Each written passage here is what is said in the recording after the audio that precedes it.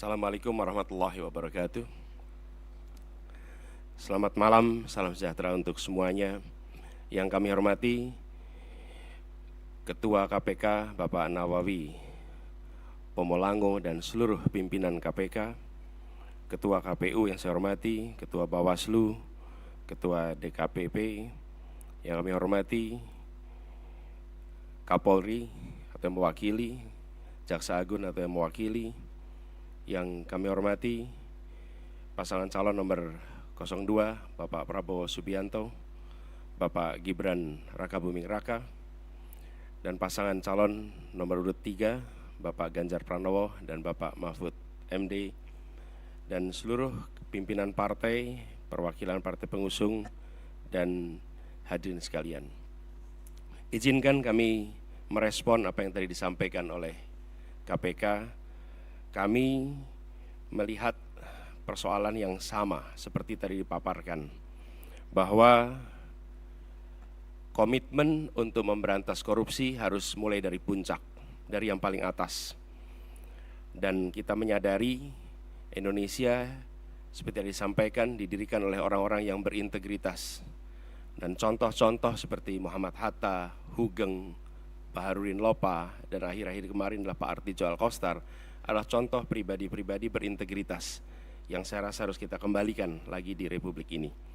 Ini persoalan yang amat serius, yang tidak boleh kita anggap enteng dan sederhana. Tadi disampaikan tentang Corruption Perception Index yang menurun, SPI, IPAK yang tadi ditunjukkan. Kami melihat ada problem yang amat serius di dalam kepercayaan publik terhadap pemberantasan korupsi.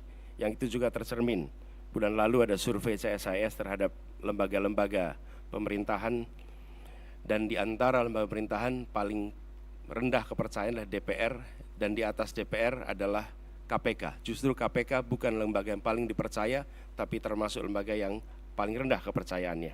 Karena itu kami ke depan berkomitmen untuk bisa melaksanakan beberapa hal. Pertama adalah mengembalikan kepercayaan publik, mengembalikan KPK menjadi institusi yang memiliki kekuatan dan memiliki kemampuan untuk menindak seluruh tindakan pelanggaran korupsi. Dan ini dari aspek apa? Satu, undang-undangnya. Kita ingin mengembalikan agar KPK berwibawa lagi secara legal seperti dulu. Dan ini artinya merevisi undang-undang KPK. Kami ingin agar revisi ini akan bisa mengembalikan KPK kepada posisi yang kuat. Yang kedua adalah standar etika yang tinggi di tubuh KPK. Kita ingat era di mana KPK datang di sebuah tempat, tidak mau ikut makan, tidak mau ikut kegiatan-kegiatan yang didanai di luar KPK. Standar yang tinggi itu harus dikembalikan di KPK, sehingga bukan saja undang-undangnya memberikan kekuatan dan kemandirian, tapi juga di dalamnya baik pimpinan maupun seluruh staf bekerja dengan kode etik yang amat tinggi. Yang ketiga adalah rekrutmen. Rekrutmen di KPK kita perbaiki sama-sama seperti tadi disampaikan yang diusulkan oleh Presiden di tingkat pimpinan maupun rekrutmen staf. Bukan sekedar mencari pekerjaan, tapi menjadi tempat untuk memberantas korupsi. Ini hal pertama yang kami ingin lakukan. Yang kedua adalah seperti katakan tadi, optimalisasi LHKPN. Dan kami setuju, bila tidak itu dilaksanakan, maka bisa dilakukan demosi, bahkan reposisi atau sanksi yang lain. Lalu kami melihat perlunya kita menuntaskan undang-undang atau RUU perampasan aset. Koruptor harus dimiskinkan, tidak ada pilihan lain. Ini adalah hukuman yang harus diberikan. Yang berikutnya adalah kami ingin mendorong konsep illicit enrichment dan trading in influence. Sesuai dengan UNCAC yang harapannya nanti akan menjadi arus utama dalam pemberantasan korupsi. Lalu yang tidak kalah penting, kami berencana untuk mendorong pengesahan RUU pendanaan politik. Karena salah satu problem utama adalah justru karena proses politik pelibatan, baik itu kegiatan partai politik, kegiatan kampanye yang tidak memberikan ruang yang cukup untuk pendanaan dari negara dan publik menjadi salah satu sumber korupsi yang terjadi di Republik ini.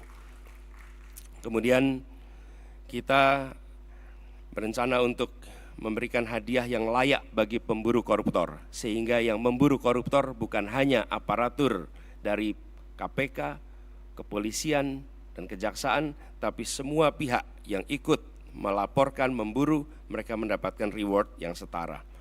Ini adalah komitmen kami terkait dengan pemberantasan korupsinya. Yang berikutnya adalah terkait dengan sektor-sektor utamanya. Pemberantasan korupsi harus diselesaikan di semua sektor, tapi kami melihat ada beberapa sektor utama yang harus diawalkan. Pertama adalah aspek pendapatan negara. Kami melihat penting sekali aspek ini dilakukan tindakan yang serius, pajak, cukai, PNBP. Kemudian sektor sumber daya alam khususnya dan sumber daya laut. Yang ketiga adalah sektor pangan, karena korupsi di sektor ini berdampak amat besar kepada kesejahteraan seluruh rakyat Indonesia. Yang berikutnya adalah yang ketiga, sektor layanan dasar, pendidikan, kesehatan, infrastruktur. Ini memiliki efek yang amat besar pada kualitas pendidikan, kualitas pelayanan kesehatan, bahkan kualitas perekonomian karena infrastruktur yang terganggu oleh praktek-praktek korupsi. Berikutnya adalah bisnis ilegal, judi, narkoba, dan lain-lain. Inilah sektor-sektor utama yang dalam hemat kami perlu menjadi perhatian di dalam pemberantasan korupsi. Jadi Bapak-Ibu sekalian yang kami hormati, kami berkomitmen bukan sekedar karena saat ini dalam tanggung jawab untuk menjadi calon presiden, calon wakil presiden, dan dimintai komitmennya di KPK. Perlu kami sampaikan bahwa komitmen kami untuk memerangi korupsi sudah dimulai sejak zaman dulu. Zaman mahasiswa aktif untuk memerangi praktek-praktek korupsi di era KKN merajalela. Ketika kami bertugas sebagai akademisi, rektor, maka kami menetapkan mata kuliah anti korupsi sebagai mata kuliah wajib yang harus diambil oleh setiap mahasiswa, dan waktu itu bekerja sama dengan KPK. Barangkali menjadi satu-satunya universitas di Indonesia, bahkan mungkin di dunia, yang menjadikan mata kuliah anti korupsi sebagai mata kuliah wajib. Dan tujuannya seperti disampaikan oleh Pak Nurul Gufron tadi, di aspek pendidikan kita ingin memangkas suplai potensi koruptor. Dan bila itu dikerjakan, harapannya dalam jangka panjang kita akan bisa mencegah potensi itu. Yang berikutnya, ketika kami bertugas di DKI, kami membentuk yang disebut sebagai Komisi Pencegahan Korupsi Ibu Kota, KPK Ibu Kota. Ini dikerjakan untuk kita mencegah praktek korupsi yang ada di dalam institusi Pemprov DKI Jakarta. Jadi Bapak-Ibu sekalian kami hormati, soal ini adalah soal serius, bukan soal untuk main-main, bukan soal untuk guyonan. Ini adalah persoalan korupsi yang amat mendasar harus dibereskan. Dan kami tegaskan bahwa komitmen yang kami sampaikan di sini adalah komitmen kami melanjutkan apa yang sudah kami kerjakan selama ini.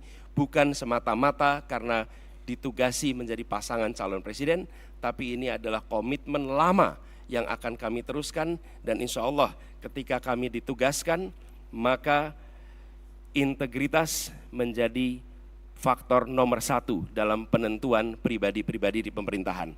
Termasuk ketika penyusunan kabinet, dalam penyusunan pimpinan-pimpinan lembaga, termasuk dalam mengusulkan nama-nama menjadi anggota KPK, pimpinan KPK.